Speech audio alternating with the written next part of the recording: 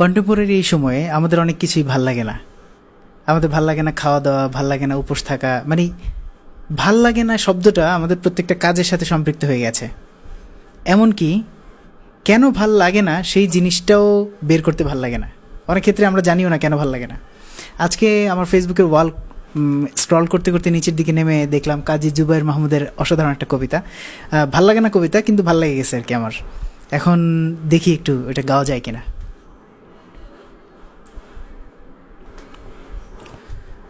ভাল লাগে না সকাল দুপুর, ভাল লাগে না রাত, ভাল লাগে না নাস্তা পানি, ভাল লাগে না ভাত, ভাল লাগে না ফ্যানের বাতাস, ভাল লাগে না রোদ, ভাল লাগে কি ভাবতে গেলে হয় না কিছু বোধ, ভাল লাগে না লিখতে কিছু, ভাল লাগে না পড়া, ভাল লাগে না ভাঙতে কিছু, ভাল লাগে না গড়া, ভাল লাগে না আড্ডাবাজি, ভাল লাগে না একা, ভাল লাগে কি আমার কাছে পাইনি আজও দেখা, ভাল লাগে না মাউস কিবোর্ড, ভাল লাগে না ফোন, ভাল লাগে না ঋণী হতে, ভাল লাগে না লোন, ভাল লাগে না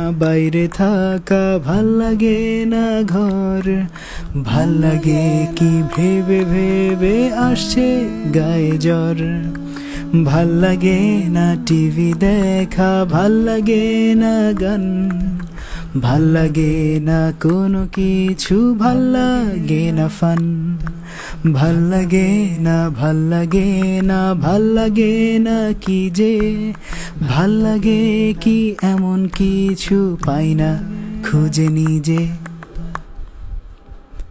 ভাল লাগে না, আমাদের কিছুই ভাল লাগে না। ভালো লাগবে যদি আমরা প্রতিদিন ছোট্ট হলেও একটা করে ভালো কাজ করি। আমার মনে হয় সেই ভালো লাগাটা অন্য সব কাজের মধ্যে একটা ভালো লাগার আবেশ এনে দেবে। ধন্যবাদ সবাইকে।